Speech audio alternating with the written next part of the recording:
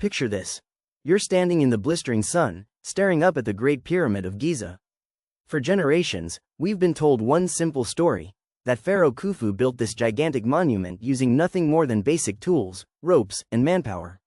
Supposedly, it was all done in just 20 years, as a tomb fit for a god. But let's be honest, does that really add up? Everything we've been taught about the pyramids sounds neat and tidy, but the truth? It's murky. Almost everything we know is based on speculation, not facts. And what if the real story isn't just incomplete, but intentionally hidden? At the center of this decades-long mystery is one figure, Dr. Zahi Hawass. He's been called the gatekeeper of Egyptian archaeology. For years, he's controlled who gets to dig, what gets discovered, and, most importantly, what gets shared with the public. But there's something strange about how tightly that gate is kept. Rather than encouraging fresh theories or new discoveries, Dr. Hawass has built a reputation for doing the opposite. He's known for pushing back hard, sometimes aggressively, against independent researchers. Especially those who suggest ideas that might threaten the version of history he's helped shape. Now, this isn't about throwing around conspiracy theories. It's about asking the obvious. Why shut down research right when things are getting interesting? Why block excavations that might change our understanding of human history? If you've ever wondered whether the pyramids are more than they seem, this is where the story takes a turn. We're told the Great Pyramid was built around 2550 BC, commissioned by Khufu as an extravagant tomb. Thousands of laborers supposedly hauled massive stones using primitive tools and brute strength. But here's where things stop making sense. For such a monumental achievement, there's surprisingly little hard evidence linking Khufu to its construction. Ancient Egyptians were meticulous record keepers. They documented religious rituals, farming practices, even daily life. Yet when it comes to the pyramid, there's no clear inscription, no ancient blueprint, no written declaration that says, Khufu built this. The only things that get referenced are some faint markings in hidden chambers, discovered long after the pyramid had already been explored. They're hardly solid proof. Just because someone's name is scrawled on a wall doesn't mean they built the building. And that's just the beginning. If the pyramid truly was a tomb, you'd expect it to follow the same patterns as other royal burials: elaborate carvings, sacred texts, precious artifacts, and, of course, a mummy. But the Great Pyramid? None of that. No treasure, no decoration, not even a body. It's almost like it wasn't meant to be a tomb at all. Then there's the construction itself. The pyramid is aligned almost perfectly with true north, off by only a fraction of a degree. That level of precision is hard to achieve even with modern equipment. Inside, the king's chamber is built from massive granite blocks, some weighing as much as 80 tons.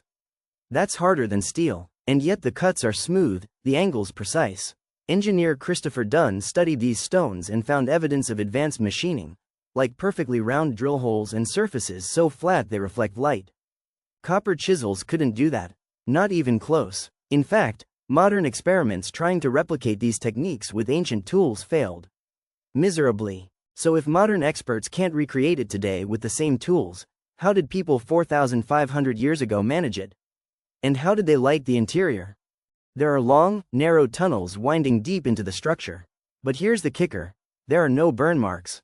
No soot. No smoke stains on the walls or ceilings. Nothing you'd expect from using torches or oil lamps.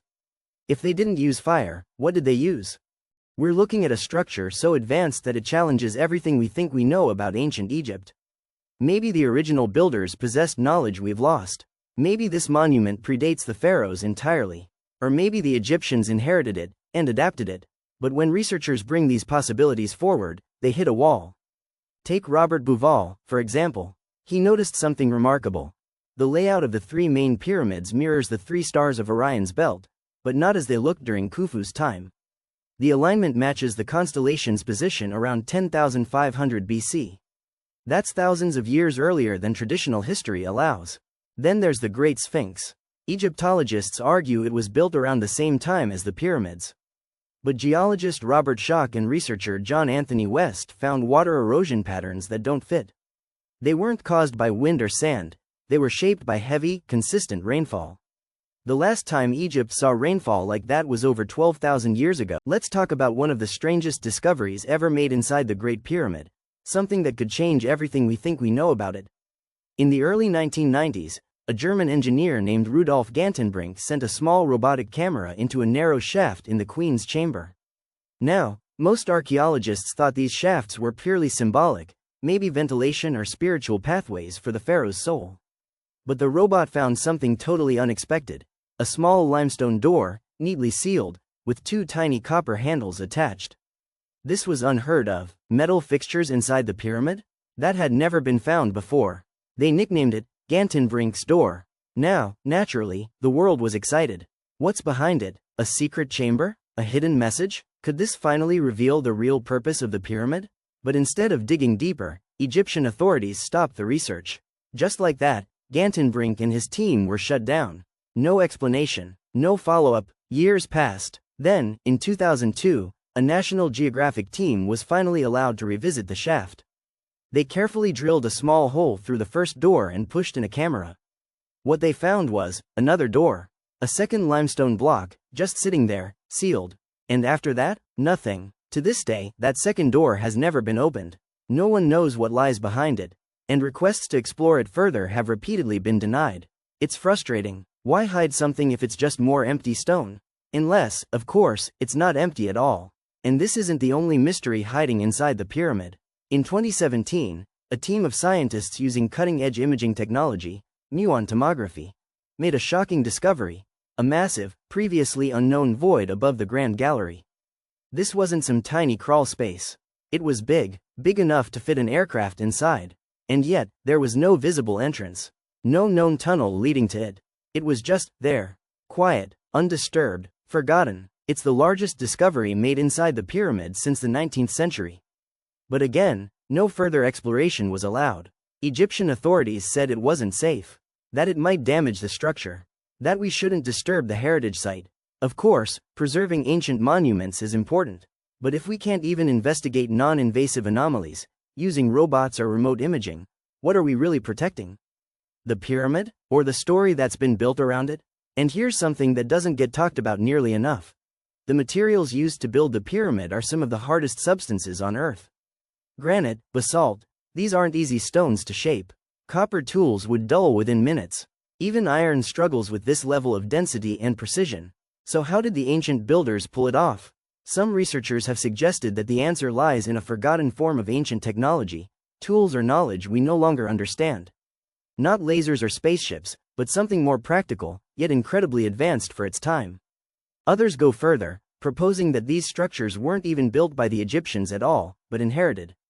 Maybe from a civilization that existed before recorded history. A society wiped out by cataclysm, their legacy reduced to ruins misunderstood by later cultures. Now, mainstream Egyptology rejects this. They argue that the Egyptians were fully capable of building these structures, and that these alternative theories are just distractions. And sure, it's possible the Egyptians did build them, but the evidence doesn't quite fit the narrative. When you compare the earliest pyramids to later ones, the quality actually declines. The Step Pyramid of Djoser is impressive. The Great Pyramid is flawless.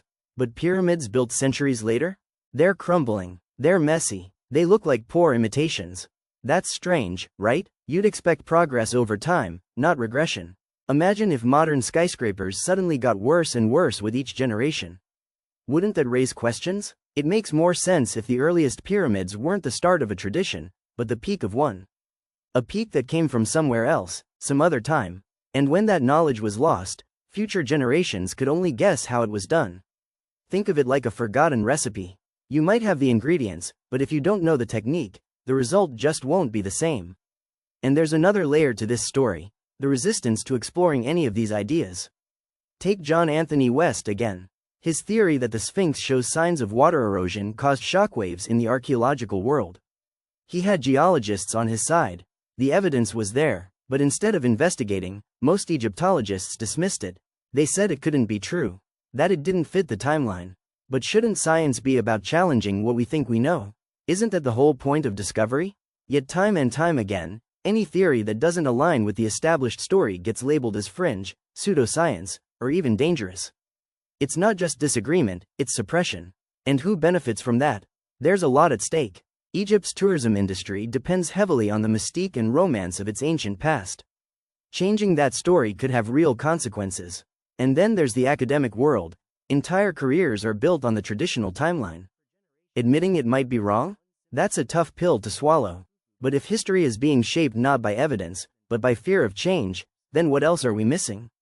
There could be chambers we haven't opened, artifacts we haven't studied, stories we haven't even heard yet, and the people standing in the way might not be protecting the past. They might be guarding a version of history that's safe, familiar, and wrong. Let's go back to the Sphinx for a moment. It's arguably the most enigmatic statue on Earth, part lion, part human, carved from a single slab of bedrock. And just like the Great Pyramid, it might be far older than anyone officially admits. Most textbooks say it was built during the reign of Pharaoh Khafre, around 2500 BC. That's the common line, but there's a serious problem with that story. Geologists like Dr. Robert Schoch and researchers like John Anthony West noticed something strange. The base of the Sphinx isn't worn down like other desert monuments. It doesn't show signs of erosion from sand and wind, the two forces you'd expect in a dry environment like Giza. Instead, it has deep vertical channels and rounded surfaces, classic signs of water erosion. Not just a sprinkle of rain either, we're talking about centuries of consistent, heavy downpours. That kind of weather hasn't existed in Egypt for over 12,000 years, long before the pharaohs, long before dynastic Egypt even existed. If the erosion is legitimate, it completely flips the timeline. It suggests the Sphinx wasn't built in 2500 BC. It was restored then, built long before, and if that's true, then whoever built the Sphinx was working with skills and knowledge we've barely begun to understand. Think about that. A massive stone monument, carved with precision, created by a civilization that no longer appears in our history books. West theorized that long before the Sahara was desert, the Giza Plateau was a savanna. Green, lush, fertile. The Sphinx, he believed, was carved from a natural rock outcrop on the plateau's edge. Not as a pharaoh's likeness, but maybe a lion, a god, or something older. Something now lost to time. And then, as the Ice Age ended and the rains came, the statue weathered. Torrents poured down. Eventually, the land dried out. The sands came, and for thousands of years, the Sphinx was buried up to its neck. Later, during Khafre's reign, the head may have been reshaped to resemble the king. But the body? That was ancient in ways modern archaeology doesn't want to acknowledge. It's a compelling theory, backed by geology, not guesswork. And yet, the academic world largely rejected it. Not because it lacked evidence, but because it didn't fit. That's been the pattern over and over again. When evidence doesn't match the story stays. The evidence gets ignored. Take the pyramid alignments again. Robert Bauval's Orion correlation theory showed that the layout of the Giza pyramids mirrors the three stars of Orion's belt. Not in modern times, not in 2500 BC, but around 10,500 BC. That's a stunning claim. It suggests the builders of Giza had knowledge of astronomy, mathematics, and Earth alignment far beyond what we credit them for. And more importantly, it implies that they were working with a much older understanding of the skies. Mainstream scholars dismissed it. They said it was coincidence. But if you've ever seen those stars in the night sky, and compared them to the Giza layout, you know, it's a little too perfect. Even more interesting? Orion was closely associated with the god Osiris in Egyptian mythology. The god of resurrection, the afterlife, eternal life. That's not random. It's encoded. The sky, the ground, the myth, all connected. And if you step back and look at ancient structures across the globe, you see the same thing: massive monuments, impossible precision, astronomical alignments. In Peru, in Mesopotamia, in India, in Indonesia, in Turkey, in the Americas, the same themes repeat, like echoes from a civilization long gone but not forgotten. This leads to one of the most controversial, yet intriguing, ideas out there. What if there once existed a global civilization, an advanced culture lost to time, that spread its knowledge across continents? Think Graham Hancock. He's been shouting this from the rooftops for decades. That there was once a sophisticated society, maybe not high-tech in our sense, but advanced in stonework, astronomy, geometry, capable of building things we still can't fully explain. And then it vanished, most likely in a cataclysm, flood, fire, impact, whatever you want to call it. A global reset, and in the aftermath, survivors passed fragments of that knowledge on to cultures that followed.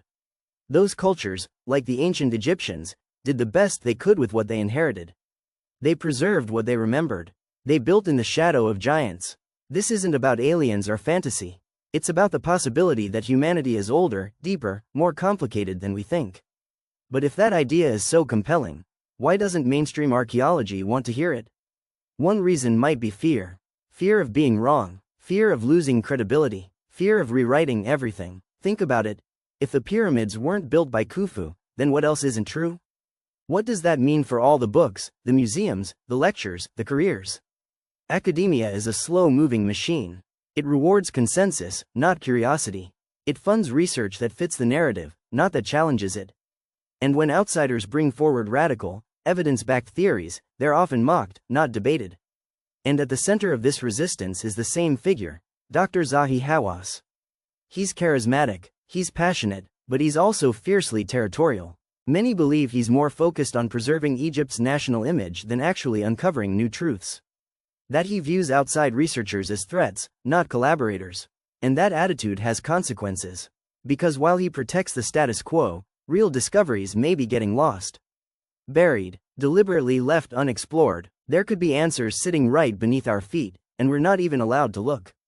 Let's take a closer look at the Great Pyramid's most mysterious features, starting with what's not there. You'd expect the most important royal tomb in all of Egypt to be filled with art, treasure, sacred texts, something to honor the afterlife of a god-king. But the Great Pyramid is strangely empty. There are no hieroglyphs on the walls, no ornate carvings, no gold, no furniture, no mummy, just cold, smooth stone. This absence isn't just odd, it's completely out of step with Egyptian burial practices. Every other known royal tomb, from the Valley of the Kings to lesser nobles, includes lavish decoration, funerary items, even spells to guide the soul to the afterlife.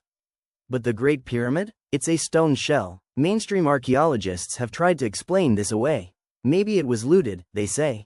Maybe the treasures were stolen.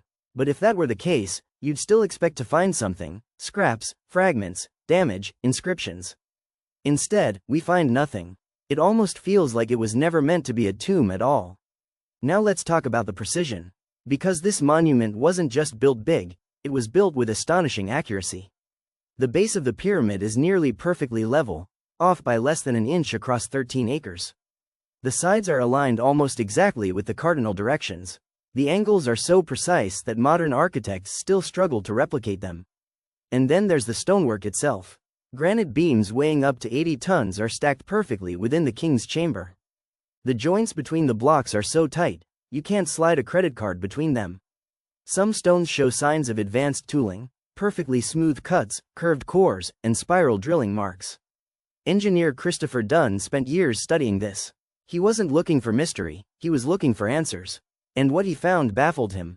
He believed the tools used to cut and shape the granite must have had a vibrational or ultrasonic quality, something far beyond copper chisels and pounding stones. Something we might classify as technology, even if it didn't look like ours. Of course, this flies in the face of the conventional narrative.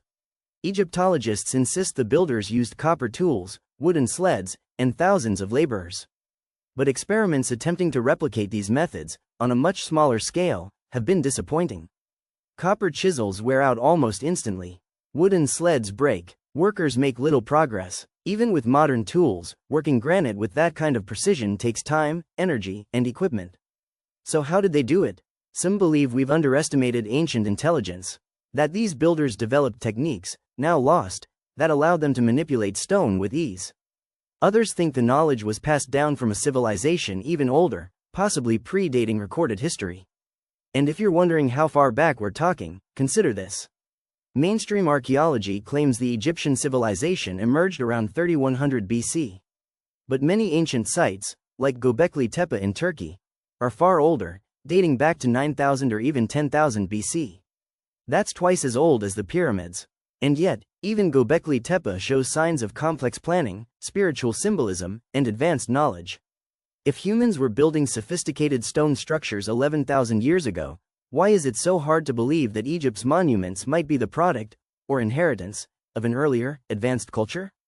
We might not be dealing with a lost civilization in the science fiction sense, but maybe with a forgotten chapter of our own story, one that was wiped out, buried by time, and only now starting to be rediscovered. The resistance to this idea is deep, and it's not just academic. There are political and nationalistic reasons too. Egypt's identity, its pride, its economy, they're all intertwined with the belief that the pyramids were built by Egyptians, for Egyptians. Any suggestion that these monuments were inherited, or built by a different civilization, can feel like an attack on that national narrative. And that's where people like Dr. Zahi Hawass come in. To his supporters, Hawass is a hero, a man who's worked tirelessly to preserve Egypt's treasures, protect its heritage, and promote national pride. He's charismatic, media-savvy, and deeply passionate about his country's ancient past. But to critics, he's a gatekeeper. Someone who tightly controls what gets explored, who gets access, and which theories are even allowed to be discussed.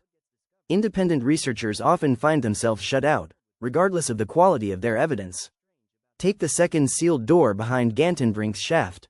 Why not explore it? Why not send a non-invasive probe, a tiny camera, a fiber optic scope?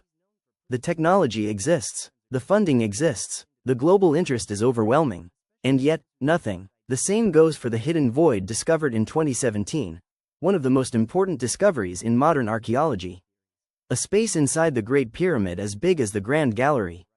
Undisturbed, completely unknown until just a few years ago. And still, no one's allowed in. The official reasoning is always the same: preservation, protection, caution. But how much caution is too much? At what point does protection become suppression? What if we're being denied not just access, but understanding? Because make no mistake, if what lies behind those doors or inside those voids challenges the conventional narrative, it will rewrite everything. Our timelines, our assumptions, even our sense of who we are. And maybe that's the real fear, not that we'll find nothing, but that we'll find something. Something that changes everything. Let's imagine for a second. What if we actually did find something behind those sealed doors, something undeniable?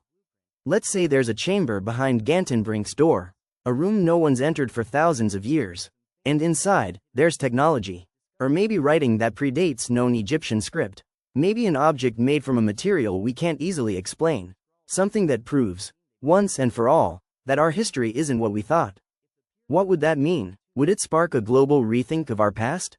Would institutions rush to adapt, or would they scramble to bury it deeper? Because as things stand, even the possibility of discovery is being blocked. And that's not science, that's control. The pyramid, the Sphinx, the hidden chambers, these aren't just archaeological mysteries. They're mirrors, reflecting the limits of what we're willing to accept, of what we're afraid to challenge. And it's not just Egypt.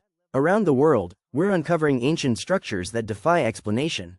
Giant stone blocks weighing hundreds of tons moved with ease. Megalithic walls with no visible mortar, their seams so tight you can't slide a blade between them. Temples aligned perfectly with celestial events, solstices, equinoxes, star risings, timed with astonishing accuracy. All from cultures we're told were primitive. But these patterns are everywhere. In Peru, at Sacsayhuaman, enormous interlocking stones form walls so strong they've withstood earthquakes that destroyed modern buildings. In Baalbek, Lebanon, the foundation stones of the Temple of Jupiter weigh over 800 tons each, and they were placed with such precision, modern engineers still debate how it was possible. And then there's Puma Punku in Bolivia, where stone blocks are cut with such surgical precision that even modern diamond-tipped tools would struggle to match them. Some of these cuts resemble computer-guided machining. Again, the official story is that ancient people did this all with bronze tools and stone hammers. Really? At a certain point, the inconsistencies pile up, and the explanations begin to feel more like guesses than facts. That's not to say ancient people weren't brilliant. They absolutely were, but we may have severely underestimated them, or misunderstood them entirely. Perhaps what we call primitive was actually sophisticated in ways we no longer understand. Maybe they didn't have smartphones or Wi-Fi, but they had a different kind of knowledge. Knowledge rooted in nature, energy, frequency, astronomy. Something deeply intuitive and precise. And the pyramids? They may not have just been tombs. They might have been something more functional. Some researchers suggest they were energy generators, or astronomical observatories, or even healing centers. Sound crazy? Maybe. But then again, how many other ancient structures are still pulsing with mysteries we haven't cracked? Look at the layout of the Giza Plateau. It's not random. The pyramids aren't just plopped there for decoration. They're aligned with the stars, the land, and each other. The geometry is intentional. The math is baked in. It's a blueprint, one we're only just beginning to decode. And yet, despite all this, mainstream voices still cling tightly to a narrow view. copper chisels, wooden sleds, slave labor, 20 years, job done. No mystery, no deeper meaning, just bricks and sweat, but the evidence tells a different story.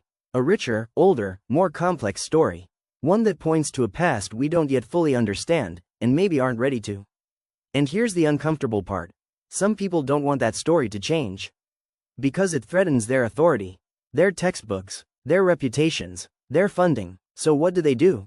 They dismiss, they discredit, they ignore. When Robert Schoch presented his geological evidence for an older sphinx, he was mocked. When Robert Bauval shared his Orion alignment theory, he was labeled a fringe theorist. When independent researchers try to gain access to new discoveries, they're stonewalled. And the person often standing in the way? Dr. Zahi Hawass. To many, he is the voice of Egyptology. But he's also a wall. He controls access to the sites, the permits, the press. And when discoveries challenge the official story, he's quick to shut things down. Now, some say he's just doing his job, protecting Egypt's legacy. But others believe he's protecting something else entirely, the narrative. Because once the public starts asking, what else have we been wrong about? It's a slippery slope. Maybe the pyramids weren't just tombs. Maybe they weren't even Egyptian in origin. Maybe the entire foundation of ancient history needs a reset. That's a terrifying prospect for institutions built on certainty. But it's also the most exciting thing that could ever happen to human knowledge. Because if we finally admit we don't know everything, then we're free to truly explore. And maybe, just maybe, the Great Pyramid isn't the end of an ancient chapter. Maybe it's the beginning, a doorway not just to stone corridors and hidden chambers, but to a new understanding of who we are, where we come from, and what we've forgotten along the way. Let's zoom out for a moment, because this story isn't just about Egypt. It's about something much bigger, a global pattern, scattered across time and continents, hinting at a lost chapter in the human story. Everywhere you look, if you look close enough, ancient monuments defy easy explanation. In Turkey, there's Gobekli Tepe, the world's oldest known temple complex. Dated to at least 9600 BC, thousands of years before the invention of writing, pottery, or agriculture. This site contains massive, T-shaped stone pillars arranged in deliberate circles. They're carved with intricate animals, abstract symbols, and celestial alignments. Built, somehow, by people we're told were still hunter-gatherers. And then, in Cambodia, there's Angkor Wat, an enormous temple complex laid out to mirror the constellation Draco. Some of its stone blocks weigh over 1,500 tons. And its symmetry? Impeccable, with a precision that speaks of knowledge far beyond simple tools and brute strength. In Mexico, the pyramids of Teotihuacan are aligned to the stars and spaced using a consistent unit of measurement found nowhere else. Its builders, whoever they were, left behind no records. No name, no clear origin. These are not isolated marvels. They're echoes, clues left behind by builders who clearly understood something we don't. And they all raise the same question. What if ancient civilizations weren't developing independently, but drawing from a shared legacy? A lost inheritance from a forgotten world? This is where the theory of a global ancient civilization comes in. People like Graham Hancock, Randall Carlson, and others have long suggested that a highly advanced society may have existed before the end of the last ice age, one that was wiped out in a cataclysm, likely around 12,000 years ago, during what's known as the Younger Dryas event. This wasn't some minor climate shift. It was a sudden plunge in global temperatures, likely triggered by a comet impact or massive volcanic activity. It caused sea levels to rise, ecosystems to collapse, and entire cultures to vanish.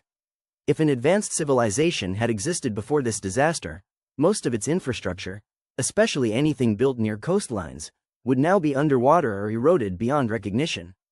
And yet, traces remain. In myths, in monuments, in maps, in alignments. Atlantis, the flood, the stories of gods descending from the sky to teach humanity. The same myths appear again and again, across unrelated cultures. Mesopotamia, India, Mesoamerica, Polynesia. Could these be distorted memories of real events? And if so, what role do the pyramids play in all this? Some believe the Great Pyramid wasn't just built to house a king, it was built to encode information. A message, a map, a time capsule. Its dimensions, for instance, contain mathematical constants like pi and the golden ratio.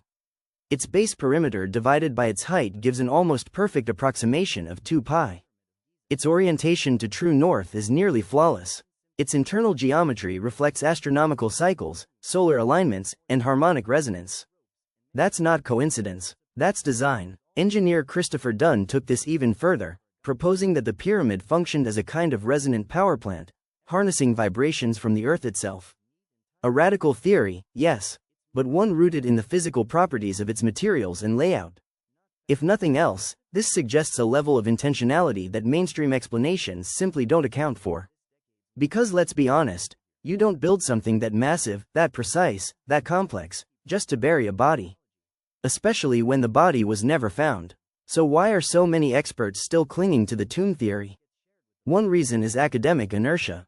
Once an idea takes hold, especially in universities, museums, and textbooks, it becomes part of the official record. Changing it isn't just difficult, it's threatening. It challenges authority, funding, tenure, even identity. And then there's nationalism. Egypt has built an entire tourism industry and a cultural mythology around the idea that the pyramids are Egyptian, in every sense. Suggesting otherwise feels like a betrayal. So instead of welcoming fresh inquiry, the gates are locked tighter. Just look at what happened with Robert Bauval. When he presented evidence of the Orion correlation, he was accused of pseudoscience. When he tried to connect pyramid alignments with star charts from 10,500 BC, critics said he was reaching. But he wasn't alone. Astronomer Thomas Brophy, engineer Robert Schoch, geologist Colin Reeder, researchers from various disciplines all found anomalies, alignments, and erosion patterns that support a much older date for the Giza complex. And yet, their work was met not with debate, but with dismissal. So the cycle continues. New evidence surfaces, new theories emerge, but if they don't fit the established model, they're labeled conspiracy, fantasy, or worse, ignored altogether.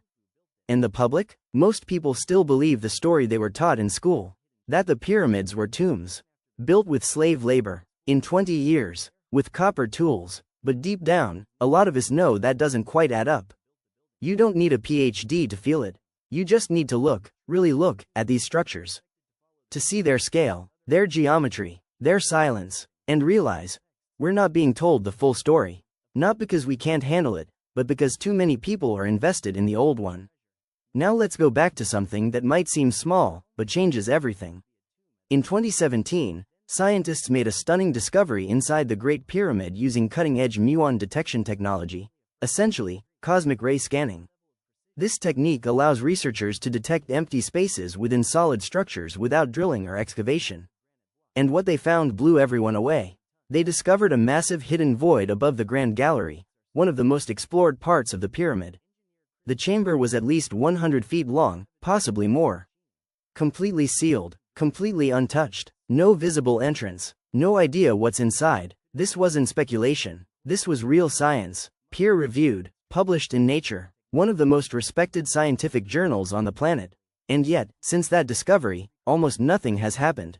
No follow-up expedition, no robotic probe, no endoscopy camera inserted to take a peek.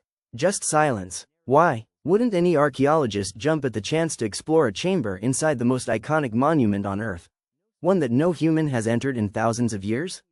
Apparently not. Egyptian authorities, led by the Supreme Council of Antiquities, once again under the influence of Dr. Zahi Hawass, shut the door before it even opened.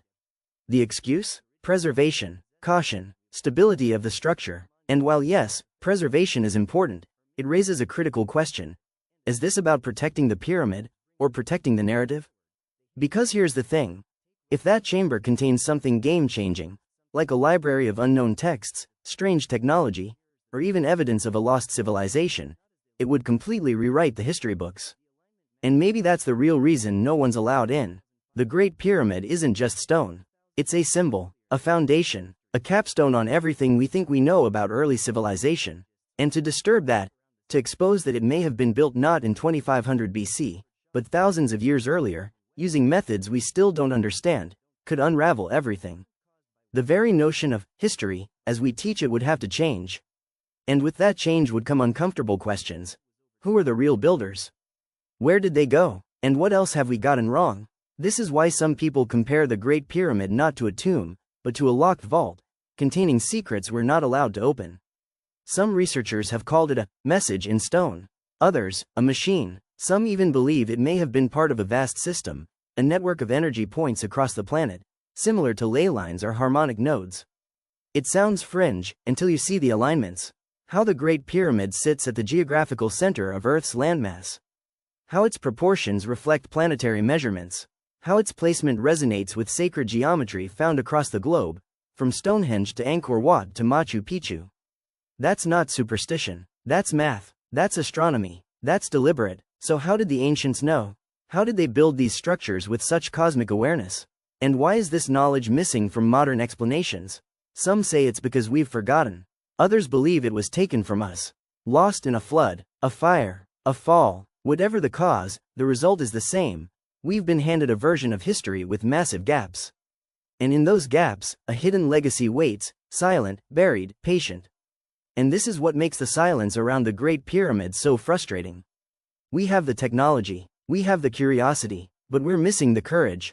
Or worse, we're being actively discouraged from asking the right questions. And that brings us back, once again, to Zahi Hawass. To many, he's become the gatekeeper of Egypt's past. He controls access, approves projects, and, perhaps unintentionally, shapes what the world gets to learn about ancient Egypt. To be fair, Hawass has done a lot to protect Egypt's monuments.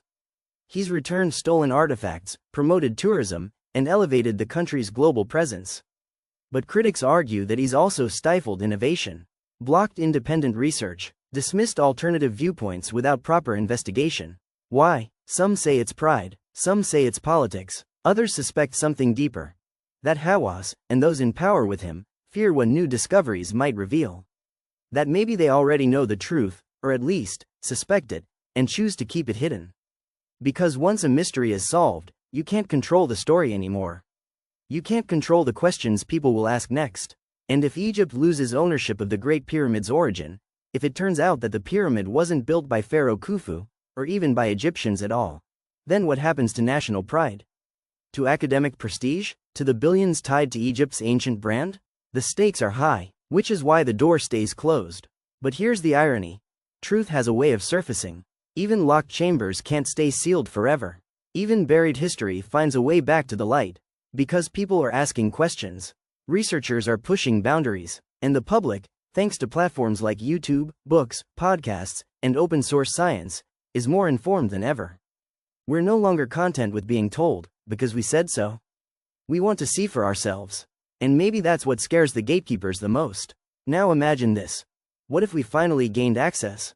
What if one day, the doors inside the Great Pyramid were opened, not in secret, not behind closed political deals, but in full public view? What would we find? Would it be a chamber of ancient scrolls, written in an unknown language, recording knowledge lost to time? Would it be tools or machines, something no archaeologist could explain away with copper or stone? Or would it be a space deliberately left empty, symbolic, as if the builders knew it would be discovered millennia later, triggering a shift in how we understand not just Egypt, but ourselves? This isn't just a fantasy. This is a question of potential. Because the evidence is already pointing towards something greater, something older, more sophisticated, and far more mysterious than what we've been told in classrooms. And as more researchers speak out, the momentum is building. Take Robert Schoch, his theory about water erosion on the Sphinx, that it was shaped by heavy rainfall thousands of years before dynastic Egypt, has forced even skeptics to take a second look. His geological studies point toward a Sphinx that predates pharaohs entirely. Then there's Graham Hancock. His theory doesn't deny that Egypt built incredible things, it just argues that they may have inherited their knowledge. Hancock's core idea is this. There once was an advanced civilization, lost to cataclysm, that passed on fragments of its wisdom to future cultures, including Egypt. And this explains why Egypt appears to rise suddenly, fully formed, without a long developmental trail. The writing system, astronomy, engineering, it all appears quickly, as if borrowed, rather than slowly evolving. If true, it changes everything. It means the Great Pyramid might not have been built by Khufu, but merely used or modified during his reign. It means the builders had access to tools, techniques, and understanding of Earth's energies and the stars that we no longer do. It means we may have forgotten more than we've learned. And the resistance to these ideas? That's not because they lack merit. It's because they threaten deeply entrenched beliefs, and entire careers built on those beliefs. Archaeology, like any other field, has its politics, its hierarchies, its gatekeepers, and when new evidence contradicts old theories, it's not just facts that are challenged, it's reputations. That's why people like Zahi Hawass react so aggressively. For him, the pyramids aren't just history. They're legacy, power, control. But the truth doesn't care about prestige. It doesn't care about egos. The stones still stand. The pyramid is still there, weathering every lie, every misinterpretation, every attempt to silence the mystery. And the questions keep coming. Why is the pyramid so perfectly aligned with true north? How did the builders transport and lift 70-ton granite beams into place with such precision? Why is there no soot or smoke residue in its narrow passageways if torches were the only light source? And why, after all these years, are we still forbidden from opening a simple stone door, one that might contain answers the world has waited millennia to hear? Some say the truth is too dangerous, that it would dismantle religion, politics, identity, that it would upend our understanding of the past and throw the present into question. But maybe that's exactly what we need, because once you accept that the pyramid might not be what they say it is, suddenly, you're free to ask, what else have we misunderstood? Maybe ancient history isn't a straight line from caves to civilization. Maybe it's a cycle of rising, falling, and rediscovering. Maybe ancient people weren't less advanced, but differently advanced. Maybe the future isn't about inventing what's never been, but remembering what once was. And maybe, just maybe, the Great Pyramid is the key. A riddle carved in stone, not meant to be understood until we're ready to ask the right questions. We're getting close. The science is advancing. The pressure is building. The walls, both literal and institutional, are beginning to crack. And when they do, it won't just be a victory for archaeology. It'll be a moment of awakening, for all of us. Because if the past turns out to be bigger, stranger, and older than we ever imagined, then what does that say about our future? What wonders have we forgotten? What truths still sleep beneath the sand? So here we are, standing at the edge of one of humanity's greatest mysteries. The Great Pyramid, not just a monument, not just a marvel, but a challenge. A puzzle left behind, perhaps intentionally, by a civilization that understood something we've forgotten. And now, after centuries of speculation and decades of technological breakthroughs, we're finally close to decoding it. But one figure still stands between us and that next great leap, Dr. Zahi Hawass. To some, he's a hero of Egyptology, a man who dedicated his life to preserving Egypt's ancient treasures. To others, he's the final obstacle, someone who has transformed curiosity into control, closing off promising discoveries the moment they don't fit the traditional mold. Let's be clear, this isn't personal.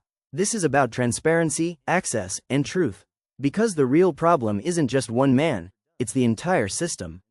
A system that refuses to adapt, that fears questions more than it fears ignorance, that values prestige and politics more than progress. And what does that say about us? How can we claim to be seekers of knowledge when we gatekeep the very sites that could change everything we think we know about human origins? Imagine if the scientific community treated biology this way, or physics, or medicine. Imagine if we were still using 19th century theories because someone powerful decided it was settled. We'd never evolve, we'd never grow, and maybe that's exactly what's happening in archaeology. Because the evidence is there, buried in stone, written in alignment, whispered by water erosion and measured by light. But the door stays shut. Literally, symbolically. Take the Queen's chamber shafts. Narrow passages that lead deep into the pyramid, ending in mysterious doors with copper handles. One of these, discovered by Rudolf Gantenbrink, was drilled into in 2002. And what did they find behind it? Another door, just sitting there, silent. Since then, nothing. 2 decades have passed. Technology has advanced, but the pyramid remains mute. Why? What's back there? If it's nothing, then show us. If it's something, then show us. But the continued refusal to investigate, or worse, the refusal to allow others to investigate, feels less like caution and more like concealment. And it's not just the pyramid. Remember that enormous void discovered above the Grand Gallery in 2017? A space so large it could house a passenger jet?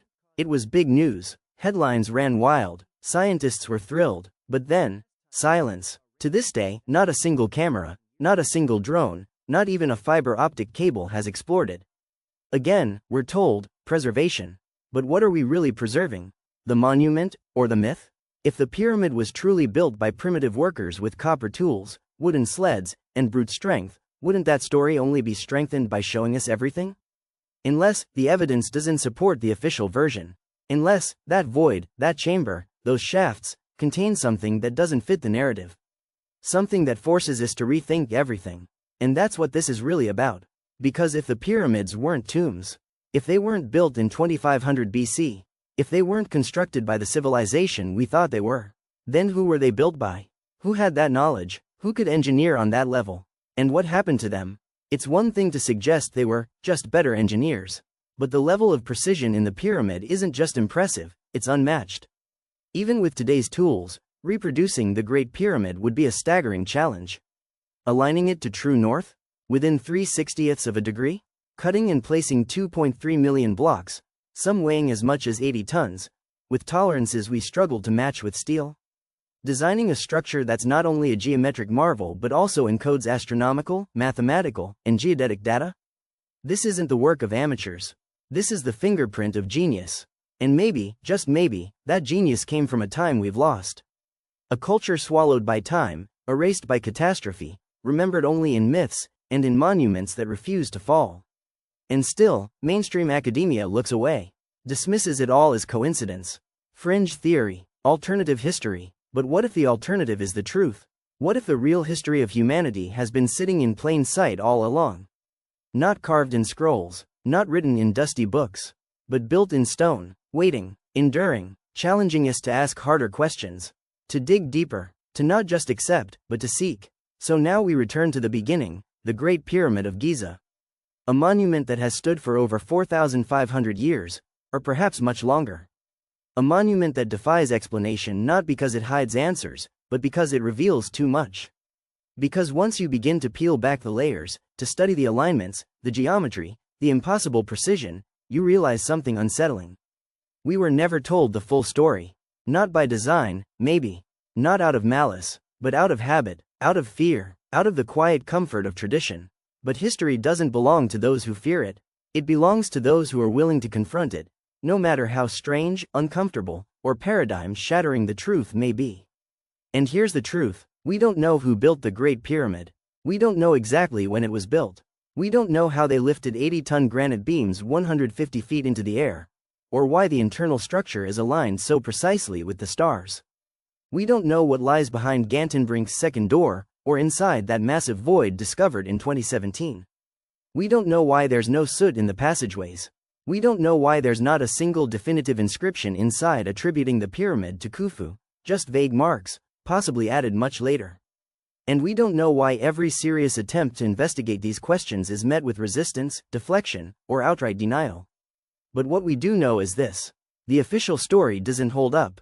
It's full of gaps, assumptions, and circular logic. It leans more on tradition than truth, more on reputation than rigor. And that's exactly why more people than ever are asking questions, digging deeper, reading between the lines, and challenging the gatekeepers of history.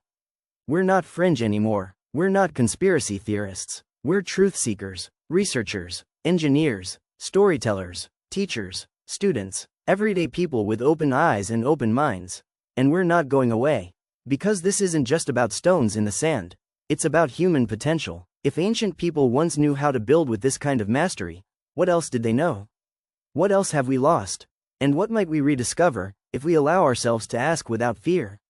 Maybe the Great Pyramid wasn't built just to preserve the dead, but to awaken the living. Maybe it's not a tomb, but a beacon. A monument not to what was, but to what could be. To what we could be. Because buried somewhere beneath the desert sands, behind sealed doors and sealed minds, lies a story that could unite the past with the future, and remind us that the human journey is far older, deeper, and more extraordinary than we've ever imagined. So what now? We keep searching. We push for access, for transparency, for science that follows evidence, not dogma. We amplify voices that challenge the mainstream, not out of rebellion, but out of curiosity. And we remember that truth, real truth, doesn't need permission. It just needs light. So if you're watching this, and you've ever felt that strange pull, that sense that something about the pyramids just doesn't add up, you're not alone. And you're not crazy. You're seeing what generations before you saw, but were told to ignore. You're feeling what those builders may have felt. Awe, wonder, purpose. And maybe that's the point. Maybe the Great Pyramid was always meant to do this, not just to inspire, but to provoke. To whisper to every generation that dares to look, there is more. And we are just beginning to remember. Thanks for watching, and as always, until next time, stay curious.